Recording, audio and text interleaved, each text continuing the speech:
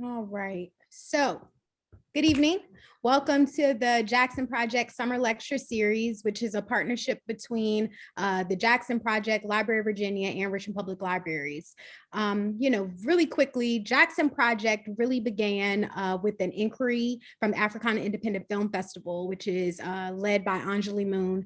She came to me and said she wanted to do 10 facts across the city as she had to pivot to virtual because of the pandemic. And one of them one of the spaces that she was going to project in is Jackson Ward. And we are two Black girls from Richmond, Virginia, and just could not even imagine that we did not know who the Jackson in Jackson was, or in Jackson Ward was. And so this began a long journey in partnership with Library of Virginia to try to get to the bottom of who is Jackson. And from that, the JXN Project started as a single fact and has grown into a project that we define as reparative historic preservation through restorative truth-telling and redemptive storytelling.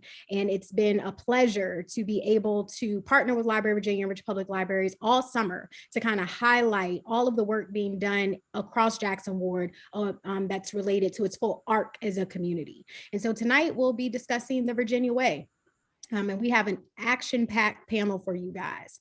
First up, our moderator. We have Dr. Zoe Spencer. She is a freedom fighter and an educator who has dedicated her life to addressing oppression in all of its forms. She is a humble woman. She just wants to go by Zoe, but she is Emmy Award-winning lecturer from Virginia State University. She is a well-respected expert in the legal and criminal justice space. Her work has been featured in the likes of documentaries by the 13th and Say Her Name.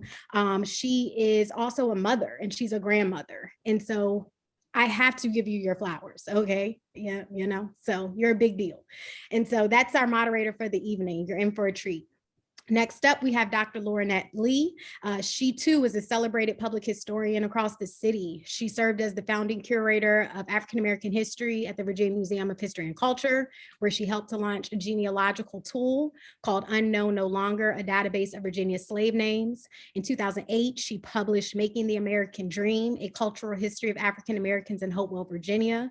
She serves on several boards and is a well-tapped consultant across the city. And most recently, she became a community trust building fellow with Initiatives of Change In 2017, Mayor Stoney actually appointed Dr. Lee to the Monument Avenue Commission. And in the following year, the president at the University of Richmond appointed her to the Presidential Commission on University History and Identity. And during her time in that position, she actually helped to lead a study on institutional history research. And she really took a deeper dive on the subjects of enslavement, race, and segregation. Dr. Lee, it is a complete honor to have you on this panel. Next up, we have Provost Brooke Berry. She has spent over 10 years working in higher education administration. She is devoted to improving the quality of life and experiences for college students. She currently serves as Assistant Vice Provost for Diversity, Equity, and Inclusion within the Division of Student Affairs at Virginia Commonwealth University. Brooke holds a Juris Doctorate from the University of Iowa and a bachelor's degree from North Carolina A&T. She is also very active in her community as my soror, as a member of Delta Sigma Theta Sorority Incorporated. She's also a member of the Lynx and Jack and Jill of America. She's born and raised here in Richmond, Virginia. She loves spending time with her family, to include her husband and her son. Brooke, it is a complete honor to have you here, Provost. Next up, we have Dr. Gregg Kimball, who I randomly met in the library almost a year ago, trying to figure out who is Jackson and Jackson Ward. He is the Director of Public Services and Outreach at the Library of Virginia, where he is responsible for research services, exhibitions, programs, and education at the institution. He holds a PhD in history from UVA, as well as degrees from University of Maryland, College Park. He is the author of American City, Southern Place, a cultural history of antebellum Richmond. He's also a curator. He also previously served as a curator and historian at the Valentine and the chief historian during the Valentine's restoration and interpretation of Tredegar Ironworks. He performs widely in a variety of traditional styles as it relates to music, everything ranging from blues and Hawaiian. And he has musical endeavors that have led him to be on the committee for the Richmond Folk Festival. And also he is a veteran of the United States Army, which I did not know. Thank you for your service. All right, next up, we have Professor Is, or AKA the big homie. Professor Is, he is a history and social science teacher, instructional coach, and instructional specialist. Currently coordinating history programming across the school district in Richmond, Virginia. He is a teacher center leader. Professor Is carries full endorsements and licenses in history and social sciences and a certification in advanced Spanish. He also holds a double major BA in education and history, a double content master's degree in teaching and learning, and an EDS in curriculum and instruction. He is an adjunct faculty member at U of R in the Department of Education and the host of Leading by History podcast, where he lectures on what he coins real history, which emphasizes a challenging of prevailing narratives about history in order to uncover truths, which is a perfect segue into tonight's topic. But also, he is the brainchild and architect behind Real Richmond History curriculum in Richmond Public Schools. And it's been a pleasure to partner with you in your work. So thank you for your service, and just thank you for being you. And he's also from the West End. You know, I got to throw it up. We from Bird Park. All right, next up, we have Christina Vida.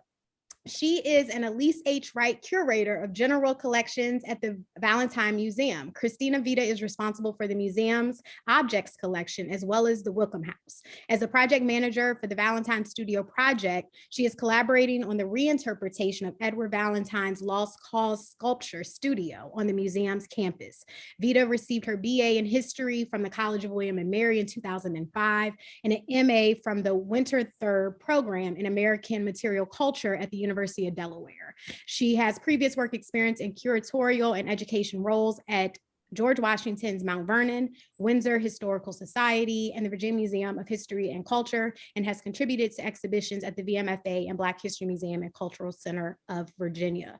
This is going to make for a really dope conversation, considering your work too. And so that is our panel. I hope that you guys are ready.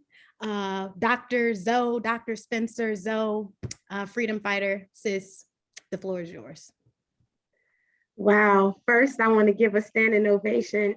I'm truly honored and humbled to even be moderating this panel with such distinguished colleagues. And so I'm going to jump right in.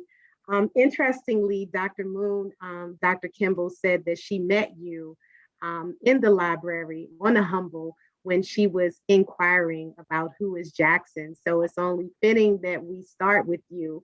The Jackson Project began with her inquiry, who is Jackson? Can you tell us about your personal origin story and how it led you to your work and or your institution? Great, well, thank you so much. And again, this is a fantastic panel. I'm so excited to be part of it. I grew up in a little town not far from Canada in New Hampshire. I'm probably one of the few non-Richmonders, I think, on the panel. And New England's a funny place. It's kind of like Virginia. It's very history oriented. And I got a lot of history, a lot of which I would later find out was maybe not quite right. And we'll talk about that later. But I think the biggest experience that led me to what I do now was when I went in the military. And, I left a town that was very provincial, very small, and I found out what America was about. I met people from all over the country, from cities, from towns, the South, the West. A lot of people don't realize, but I had a roommate who was from Pakistan. So it was really an amazing experience for me. It meant living in the South and then eventually in Europe. And it really gave me kind of a bigger vision of, this is a fascinating world. And I also saw a lot of conflict. It was after post-Vietnam, and there was a lot of racial strife, within the military at the time, a lot of misogyny. And it made me really realize that, these are things that are important to understand, to learn from. And so I would say that was really one of the things that led me to do what I do now. Thank you so much. The big homie, Professor Is, I would definitely, real history. So I would definitely like to get your take on it. Who is Jackson? And tell us about your personal origin story and what led you to the work that you're doing. Well, I think Jackson though there's been historical dispute, right, over the origin of the name for our mighty neighborhood, Jackson Ward. I think who is Jackson is a much bigger question. But I think the second part of what you asked ties into how did we become, because, you know, it reminds me of at the end of the movie Malcolm X, where everybody stood up, the kids stood up and said, I am Malcolm X. I am Jackson, right? In other words, what is it that helped me to become who I am? You know, that's code word for who is Jackson. And I think, you know, for me, from the time I was probably 9 or 10 years old, I was always infatuated with history, with knowledge. I grew up in a time period where the artists were KRS-One, you know, knowledge reigns supreme over nearly everyone.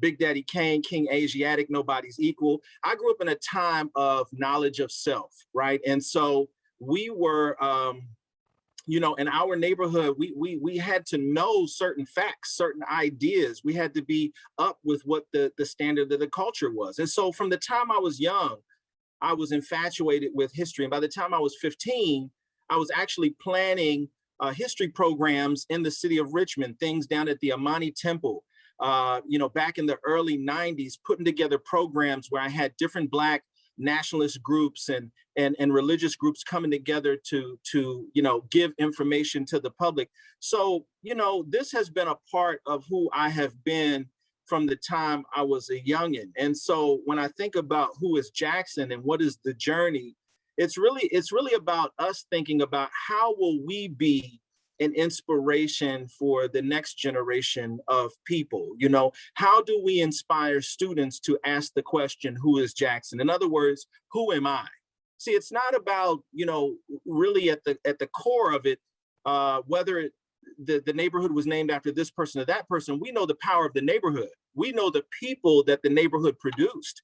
And that's where the power really comes from. And so I think for me, I want to continue to embody what it means to search for yourself, to learn more about you and your past and the history of your people and how you fit into this modern world. And so that to me is what who is Jackson, you know, means to me. That was exceedingly powerful. And I got about 10 questions that I would like to ask after that. I mean, you just dug into the root of it all, but I'm going to come back. Dr. Berry, I wanted to hear your thoughts and your journey.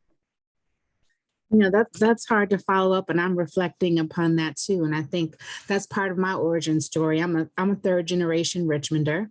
My grandmother was actually born in a home that was in Jackson Ward. And so I attended both Richmond and Henrico public schools. But you talk about that knowledge of self. I had the amazing utopian experience of attending the #1 public HBCU in the country, North Carolina A&T.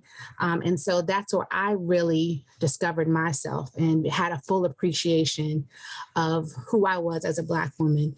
I really was equipped with the tools and the education and the network to be successful. And my father is a practicing attorney here in Richmond, and he encouraged me to go to law school. But the experiences that I had in law school, in that PWI, in that institution that was not created to serve me, were so different than the culture of care and love and respect that I had experienced at A&T. And so once I graduated from college and it was time, from law school, and it was time to figure out what I would do next, I was sure that I didn't want to practice, but I knew that I did want to be an advocate. I knew that I did want to help people.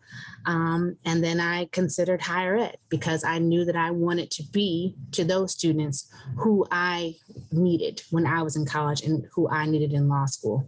And so the majority of my work has been focused on facilitating just and redemptive and equitable outcomes for students in crisis. I've worked as a dean of students, and now I have been at VCU for a month in this new role, centering diversity, equity, and inclusion in student affairs.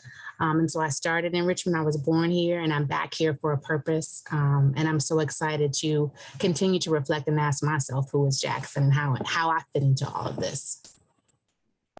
360 degrees, following the purpose brings you right back. Congratulations, congratulations.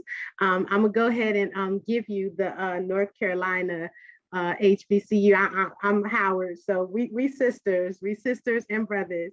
I wanted to get Dr. Lee and our expert, Christina Vida, in on the next question.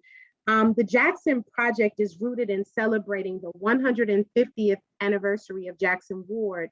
What has the ward meant to you, your work, and or your institution over the past 150 years? I'll start with you, Dr. Lee, and then Ms. Vida.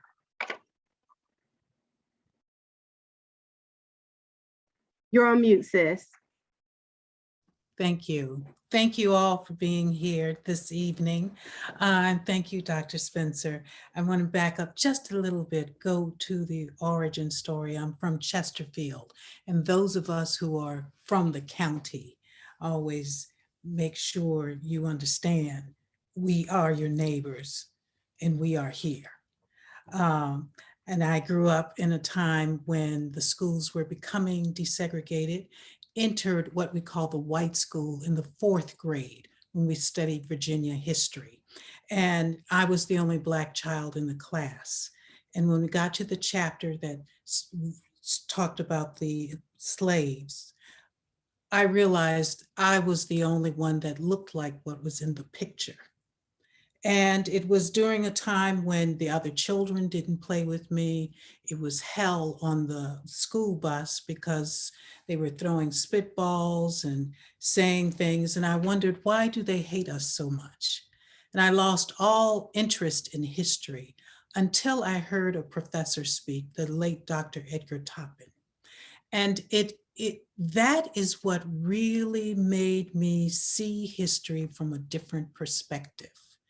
I had gone away, lived in Chicago and Atlanta. And when I came back to teach, to substitute teach, I saw that they weren't teaching history any differently than when I was in school.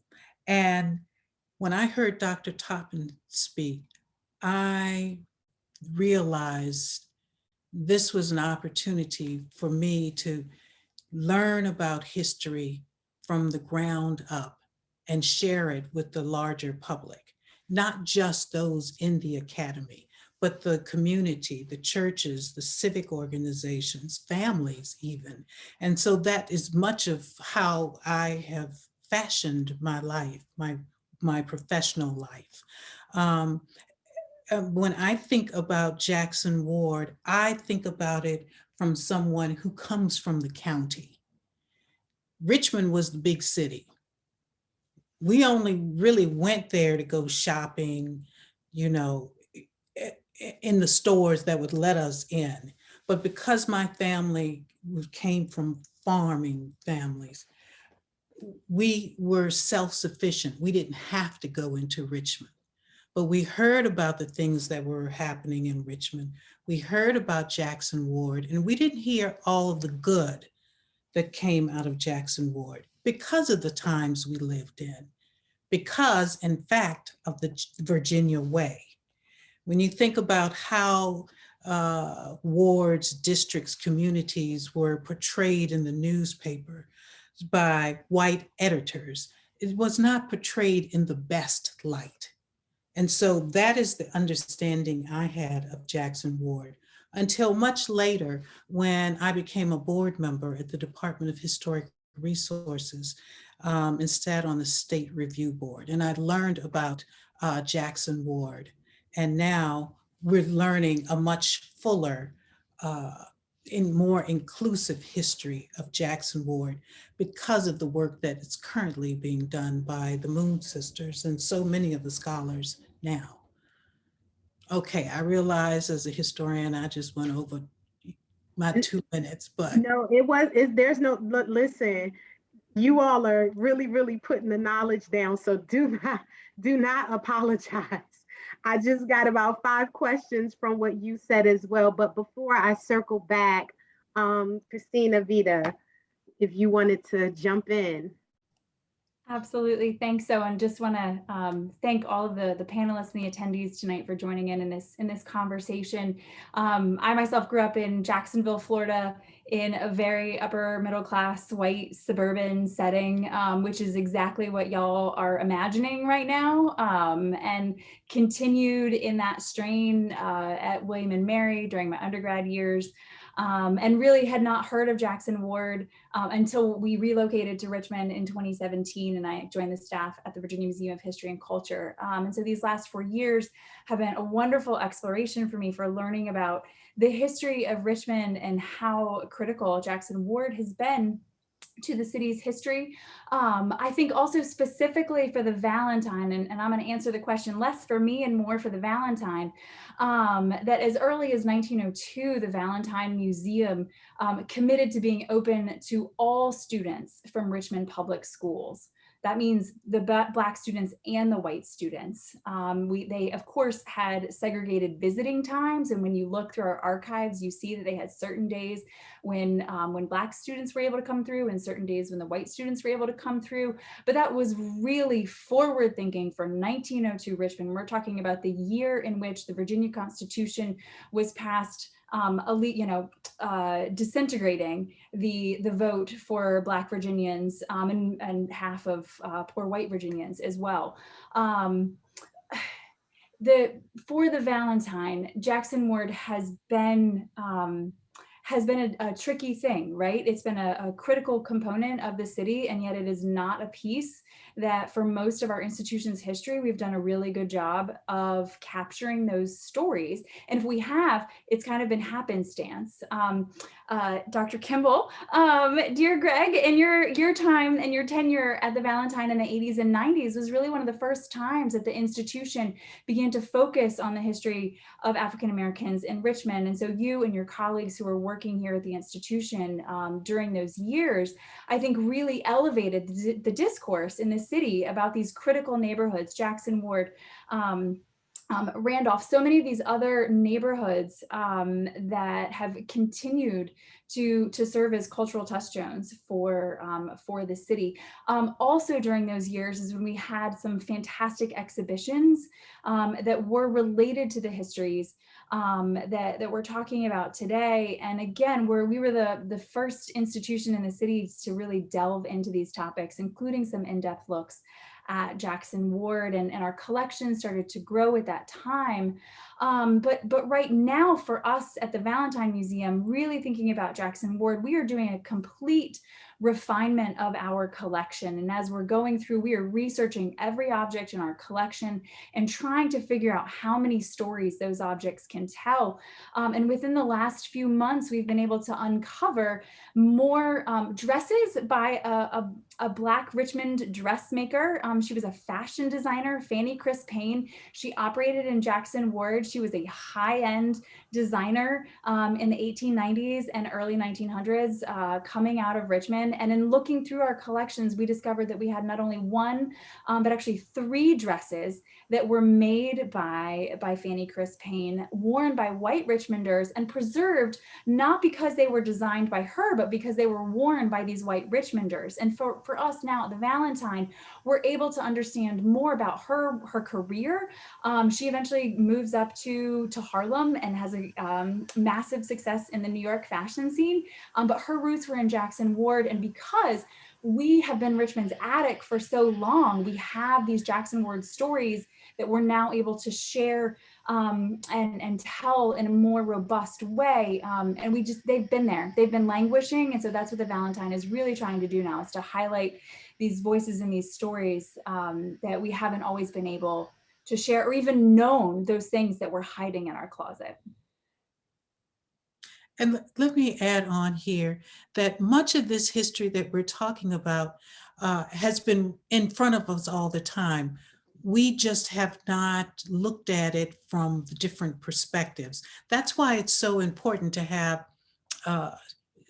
diverse groups of people or individuals exploring our history and not looking at it from that one way. And in many ways, that has been the Virginia way, which is where white elites decide for everyone how society should be, how they should move forward, particularly around race relations. So it's really important that we understand what Richmond's place was in this Virginia way, and Jackson Ward as well, the resistance of people. Lauranett, I want to jump on that, and I want to thank you for bringing up Dr. Toppin. You know, we forget there was Luther Porter Jackson at Virginia State, and there was, you know, Roscoe Lewis, who led the Negro in Virginia project on the WPA at down at Hampton. I mean, you know, we're not creating the first version of this history, right? It was not the mainstream history, but Black people have always been writing about their past in honest ways. It just, you know, we have a copy of Du Bois's Black Reconstruction in the library, and there's marginalia clearly written by some white guy that's taking issue with everything that Du Bois says. Well, guess what? We now know Du Bois was absolutely right about Black Reconstruction. It's just the mainstream story was not that story. So I just want to co-sign, you know, we're all standing on the shoulders of people who were largely ignored outside the Black community in their own time. So I'm gonna use that as a segue point, and I'm gonna read this question. And I really, when Dr. Lee, when you spoke about the different lenses, and Dr. Kimball, you spoke about it too. I was listening to you, Ms. Vida, and thinking about what Professor was talking about when he was talking about hip hop, because there was this whole hip hop revolution in the 80s and the 90s that he was speaking about. Dr. Lee, you were talking about, you know, we kind of glossed over what you spoke about, but the depth of the trauma that you experienced in Chesterfield and how that was simultaneously happening in Virginia. And you have consistently mentioned the Virginia way. So I'm going to read this question, and I want everybody, if you can, who would like to jump on the question to answer, so that we can hear the different perspectives and lenses. The Virginia way is a phrase that is often used to describe the Commonwealth's long-standing tradition of willfully suppressing history, specifically African American history, which is an ideological myth that is rooted in historical revisionism, suggesting that the Old Dominion is the birthplace of great statesmen who were countlessly honest and ethical. This myth is often tethered to a lost cause.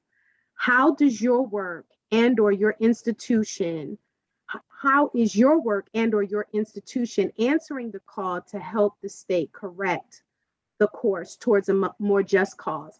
That's the long question, but I really kind of want to dig into your analysis of the Virginia way and Virginia's history of suppressing African history and what that means. So I really kind of want us to have, like, if we could take like a couple of minutes to have like a really deeply rooted philosophical discussion on that and analysis on that.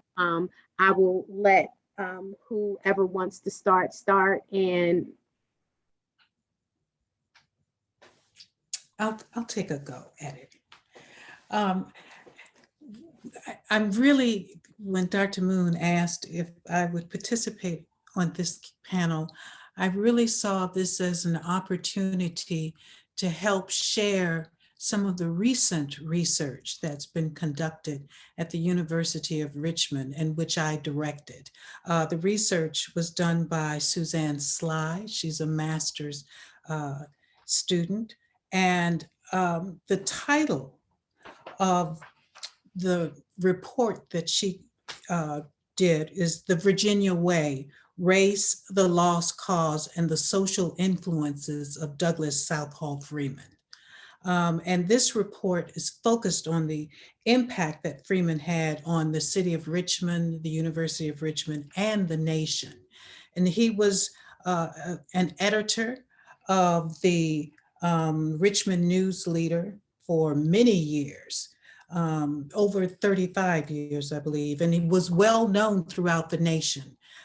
He was on WRVA, the radio program. He was broadcast twice a day. He met with presidents. He advised military leaders, and his roots were Confederate. His father fought in the Confederate War. Freeman himself believed very strongly in Confederate ideals and really perpetuated this idea of the Virginia way, the belief system among Virginia elites that it was their duty to govern through, quote, genteel brand of paternalism, end quote. And they were intent on maintaining the social traditions and managing issues of race as they had seen it and experienced it prior to the Civil War, but recognizing that things had changed. So how were they to manage this new social order? And so there was a transactional kind of relationship between the elite whites and the growing population of middle-class Blacks. That is, Freeman and many others believed that the Virginia Negroes were the best Negroes in America. I should have said, quote, end quote. That is how he wrote it in the editorial, 1926. You will find those editorials at the Library of Virginia. Thank you, Gregg, and all of everyone there who made it possible for us to do this research. And Freeman and many who considered themselves elite whites thought that they were doing this for not only the betterment of society, but Negroes themselves, that it was their duty to look out for these Negroes. That is part of that Virginia way, very much connected with the lost cause. And you could see that Virginia way still, the remnants of that still in our society today, particularly when you look at the behavior and actions of politicians. Thank you so much, Dr. Lee. Dr. Vida, Professor Is, and Dr. Kimball. I would love to amplify what you were saying, Lauranett, just about this elite white set of Richmonders that were crafting this narrative after the war. And one of those men that was involved in crafting the narrative, both in terms of his writings and also in the artwork that he created, was Edward Valentine. Now I work at the Valentine Museum. Edward Valentine was the brother of our museum's founder. He was also the Richmond sculptor who created the Jefferson Davis statue that was installed on Monument Avenue in 1907 and brought down in 2020. He was also our museum's first president. And in those roles, he helped to craft not only additional narratives of white supremacy and racial oppression, he physically crafted these racist caricatures that were not necessarily part of Richmond's public art, but they were living in people's parlors. They were being shipped to New England. They were being shipped out to California. One of them was a portrayal of a man who had been enslaved by the Valentine family. His name is Henry Page.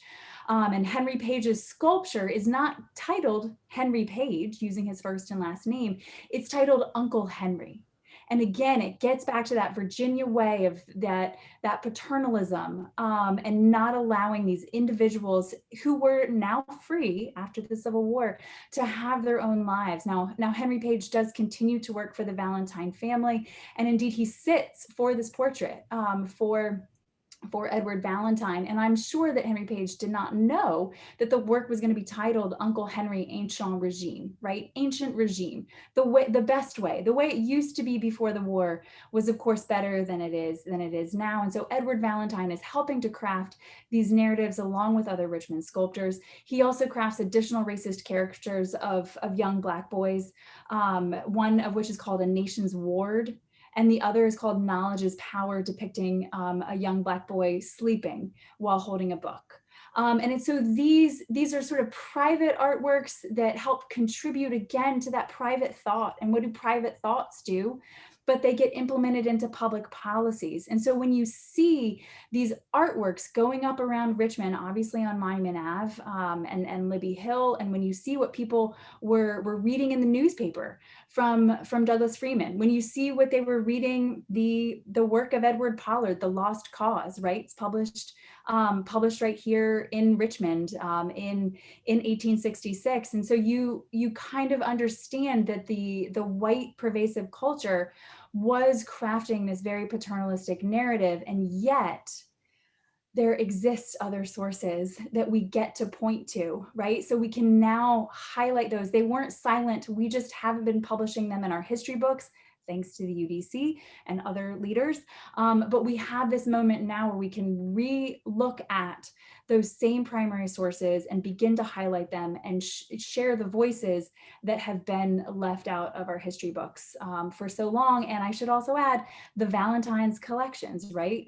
So we get now to make room for more stories, better stories, and elevate those voices. I also want to add too that in terms of the Valentine Museum, the way that we were structured when we initially opened was a Western civilization museum. So you came, you saw classical white sculptures, and you then would walk up into the ethnographic and the archaeological collections. And these archaeological collections, I know we're talking about suppressing Black history, but I also do have to talk about the Native American histories. And the founders of the Valentine Museum were also amateur archaeologists, and they decimated burial mounds in Western Virginia and Western North Carolina, and then presented these remains of Native Virginians in a very insensitive manner. And we are now, thankfully, from the 1990s onwards, have removed those human remains and are now complying even more with NAGPRA.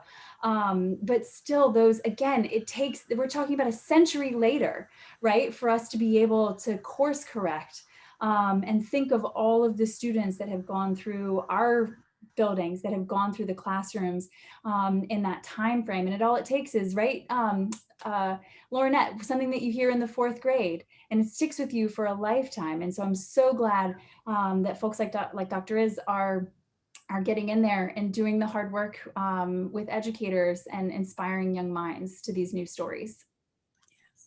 Professor Is. Yeah, I'll say that when you talk about the erasure of African history, right?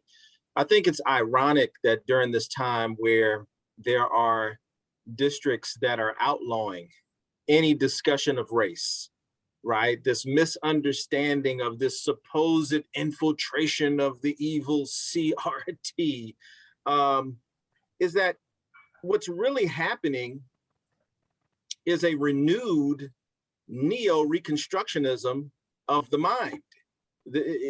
History is cyclical, and so and notice I didn't say cyclical, but cyclical, because there is a sickness in some who want to continue to revisit the past, which has proven to be incorrect.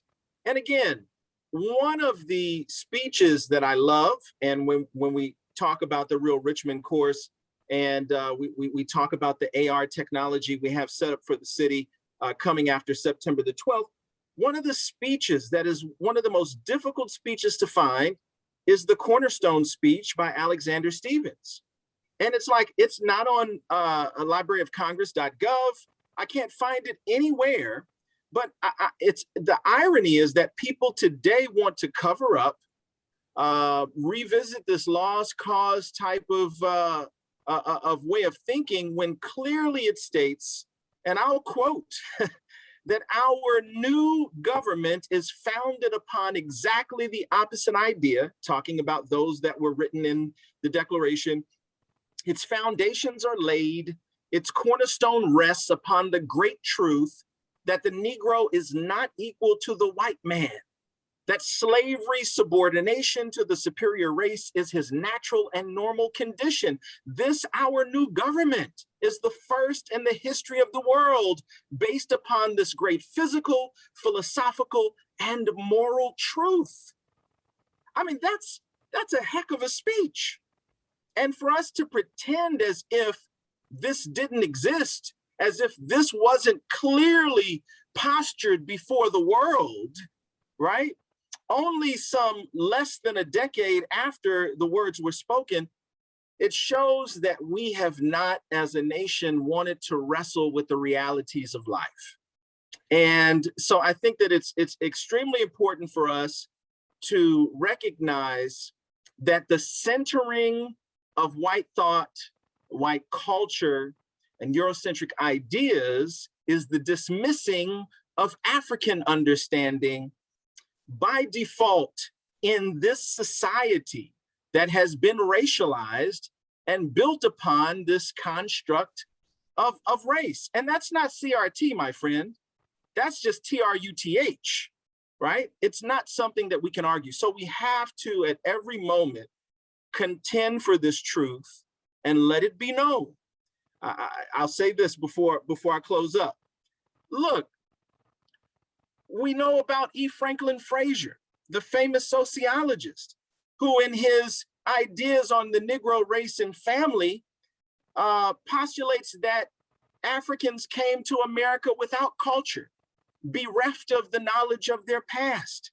But it's in our very DNA, right? In the foods that we eat, in the seasonings that we use, in the way that we wear our garments. It's a part of us. So the objective for what we do in Richmond Public Schools and what we do in the Leading by History Collective is to confront the reality of African culture, African tradition, and Black history, so that it is centered in the minds of children who have been harmed by its dismissal for the last several centuries. That was so powerful. You have to come to Virginia State and lecture my class. Dr. Kimball, we have 3 minutes, and I have a very important question that I definitely want to direct to Dr. Berry, but I don't know if you want to follow that, but I definitely want to hear your thoughts on that. And then Dr. Berry, I'm coming to you for the final question. If we don't have any questions from our audience, then we can continue the discussion, but go ahead, Dr. Kimball. Yeah, just really quickly, one of the things I really like to teach with, and that is with, people that are from the communities of people that come to the library and are from our community. One of the things that I ask people sometimes is, how many African Americans do you think have served in the General Assembly? Well, they probably know some of the current legislators. They might even know Ferguson Reed, who was the first 20th century. And well, guess what?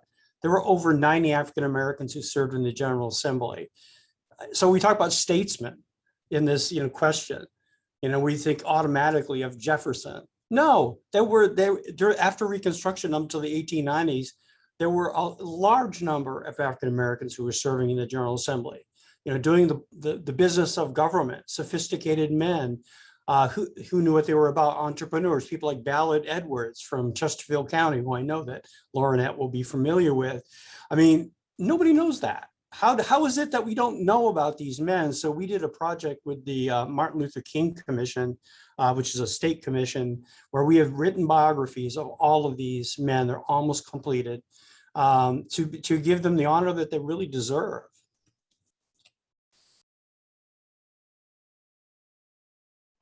Thank you so much. Thank you, Dr. Kimball. So, Dr. Berry, you are the Associate Provost of Diversity, Equity, and Inclusion at VCU. So this last question is all yours. And I would like for you to slow walk it if you need to slow walk it, and then we'll go to our Q&A. But the state is currently investing in institutions and initiatives that are helping to drive historic justice, understanding that at a time when the Commonwealth and country are grappling with how to present a more complete and honest picture of our complex history, we must work to enhance public spaces that have long been neglected and shine a light on previously untold stories. Can you share with us about your institution's current commitment to cultivating a more just, diverse, equitable, inclusive, and accessible public space? And thank you. And again, I've been at VCU a month, and I have observed VCU, though, as a Richmonder for many years. And I think there's been a lot of fair critique about the expansion of VCU and how it has taken over Richmond, and, the ways in which the university has probably ignored the native residents, primarily Black folks. But I have been heartened to be on the inside, to have a better understanding that there is a true commitment to centering justice, diversity, equity, and inclusion, and that this work didn't just start after the murders of Breonna Taylor and George Floyd. And so the university has worked to try to decommemorate buildings and monuments with ties that were named after folks with ties to the Confederacy.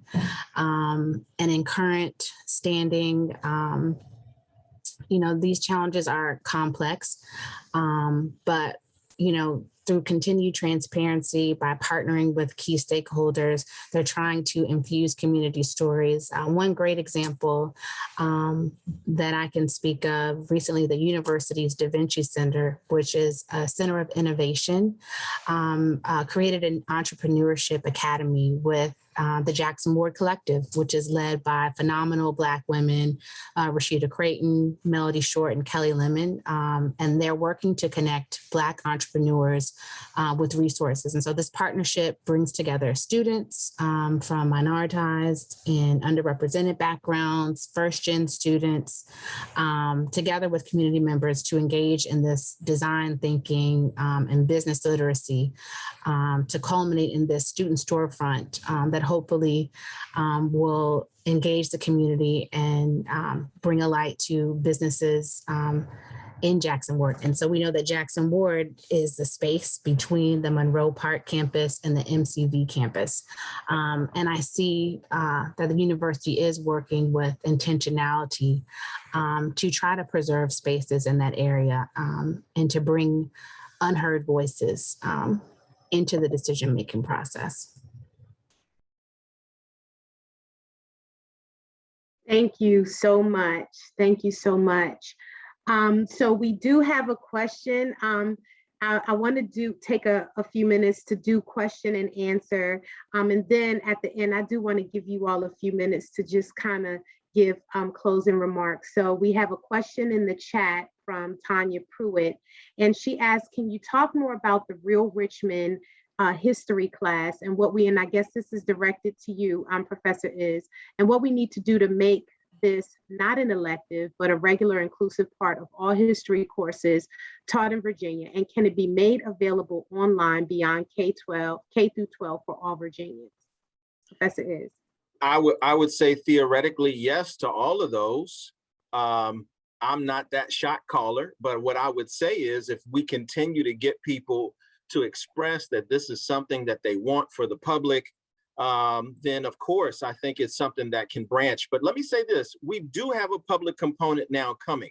After September 12th, we're gonna have an augmented reality system set up that will span from the library, the Virginia Museum of Fine Arts, from the work there of Kendi, and it's gonna go all the way down Monument, and every place where the statues, I didn't say monuments, where the statues were removed, we've had digital architects, right, and artists work to reproduce those so that as you walk through that tour, you can put up your mobile device, you'll see video, you'll hear audio, you'll get more history, you'll be able to, get context. And so that's going to be set up for the community to be able to enjoy in the coming months. So we want to make that clear. Real Richmond is a course right now that's a high school course.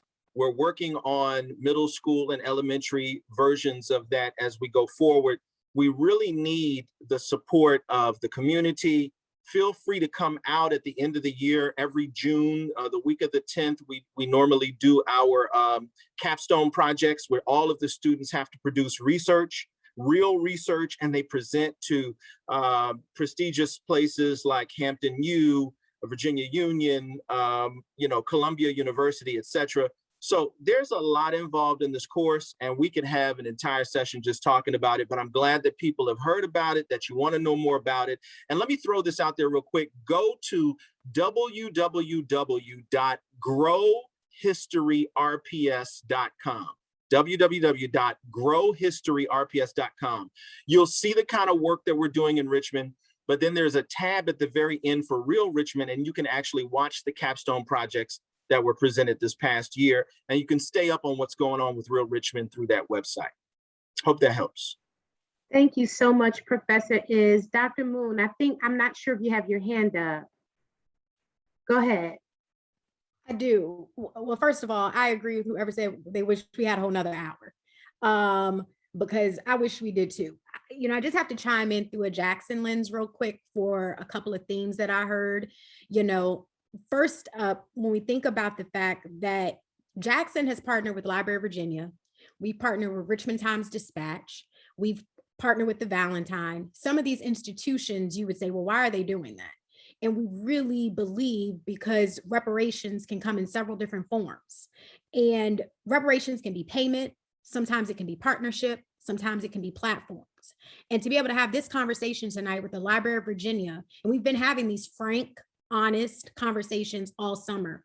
I think that when we talk about institutions feeling a commitment to redefine the Virginia way, this is what that can look like.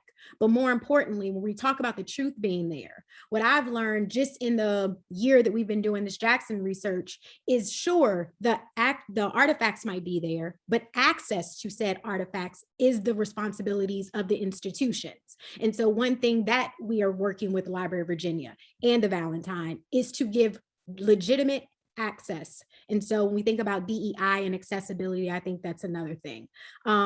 When we also think about Jackson research, we're in the middle of discussions to hopefully make the research into an exhibition with Library of Virginia.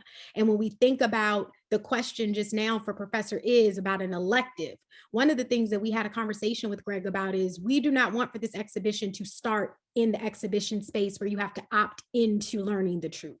We want for the truth to hit you before you even come in the door, that you have to learn the truth, not because it's on your terms when you want to know it.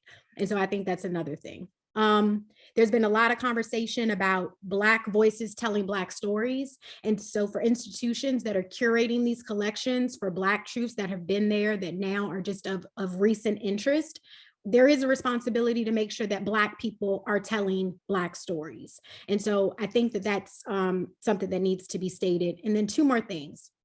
When we talk about erasure, and Professor Is mentioned that, it made me think about unveiling the Vanguard, which, if you're on the line, on October 2nd, we'll be unveiling 15 honorary street signs across Jackson Ward for notable Jackson Wardians.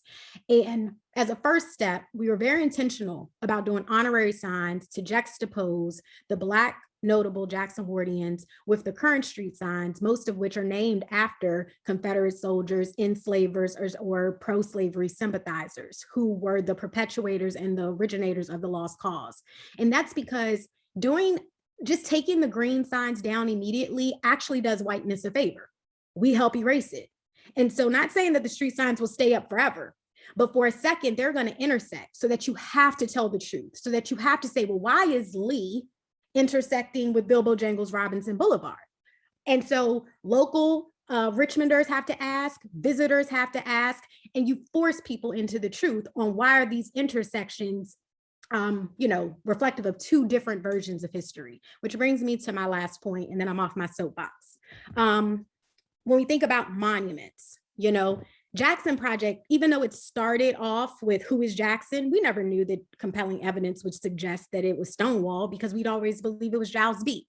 Now, is it surprising when you understand that Jackson Ward was established during Reconstruction? Absolutely not. But now that we know the answer about that and the street signs, our next goal is to decenter a focus on the monuments and to start to recenter our own.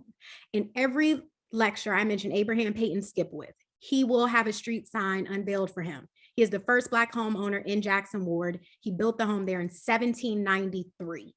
those are not the truths. You know, when Professor Is talked about bars, you know, or the truth, TRUTH, you know, we hear that Black wealth, Black excellence, and the shoulders that we stand on started in like the 1870s, early 1900s. But the truth is that they're standing on a whole century worth of shoulders. And so when we talk about all of our responsibility, it's also for us to do the work to try to uncover these truths for ourselves with access in partnership with institutions across the city. And so I'm done. Thank you guys for a moment to chime in. And tonight was dope. Stay on for a second, Dr. Moon, don't leave. We only have 4 minutes and I doubt, but I have to ask this question. It's my question. So I'm going to take my moderator liberties. I would like for you all, if you could, like run through and briefly talk about how do we balance symbolically eradicating symbolisms and artifacts of a racist history with ensuring that it doesn't lead to an erasure of history itself? Please, somebody jump in. Well, I see everybody sort of like doing the double Dutch, get ready to jump in. I'll just say that, you know, we have to be very mindful when we think that to undo the centering of wrong, we simply erase it. Because with it and its erasure goes out with it the history and the knowledge of who did it, or as they used to say, who done it, right? We want to make sure that, because then you let people off the hook. If you just erase their history, then you don't know the evil that was done. You don't know the wrong that was done, but you still live with its reverberation. So we have to be mindful to not just want to bulldoze over things because we don't want to see them, or because they are eyesores to us, or because they cause us some form of mental harm, which should never be understated. We also want to be mindful that we need to make sure that people look dead in the face the history of their forefathers and foremothers and what was done, so that you never repeat that thing again. And just to piggyback, I think, you know, as he said, you know, this creates physical and psychological trauma for generations, but there is a balance between erasing and exalting. And so where do we find that fine line and then meet in the middle on educating? And I think that that's where we are, but I understand sometimes you feel like the pendulum has to swing so sharply to the other side, but we must be careful when you understand whiteness and supremacist mindsets and the architectural blueprint that is Richmond and the lost cause and the concept of erasure. So I think that as you talk about cyclical, that's why research matters. Being a historian matters. Go back in time and see the blueprint so that you don't repeat it. And what we're talking about here is historiography, right? It's the history of history. And so to think of history as layers or chapters in a book that continue to build on each other, we get to reference the bad and the good and the new and the old, and we don't have to ignore it. You need to get through it all to understand where we are today. And the beauty of what we do is that our kids, our grandkids are going to go, what the heck were they thinking? This, and rewrite the script as well. You know, we're just here for this moment. We get to tell the stories, tell the truths, so that a generation from now, 2 generations from now, they can continue to build on that and tell the histories and the stories in the ways that are meaningful for them. So I think for us to dig into this, to dig into the history of history and educate, and not be afraid to say, you know, they had it wrong, or this is not the way it should have been. We have to embrace that scaredness, right? We have to embrace that, not be afraid to get uncomfortable. And you know, it's the thing that we're looking forward to doing even more of at the Valentine. Yeah, my feeling is I'm a huge proponent of, like, it's not a zero-sum game. You have to, you know, teaching African-American history, absolutely. But the thing that seems to be really upsetting a lot of white folks right now is the centering of Black history in our history, right? So when the 1619 Project, why is it controversial, right? It's because it centers Black people in a way that makes Americans very uncomfortable. So I want that. If that one book you read in 5th grade doesn't include those stories, then you've lost, because that's, as someone else said, that's what's in people's heads. They think that's the story. So I'm a huge proponent of that. We need both. I I think, think that go ahead, go ahead. I just think that the educational institutions, K through 12, higher ed, has to continue to take an active role in acknowledging the history, right? We're trying to correct course, right? We have to stay focused on acknowledging and still continuing to reteach. I have a 4th grader, and so this will be very interesting this year in Loudoun County, what they will teach him. I'll keep y'all posted. Yes. And we see this national movement out of the University of Virginia, universities studying slavery, institutions of higher learning are really delving deep into their own history and looking at the roots of their founding.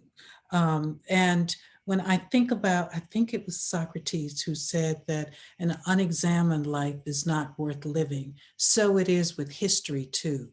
If we don't examine our history, it's not worth retelling. We've got to keep examining the roots of our history and, in fact, our identity, as Professor Is said.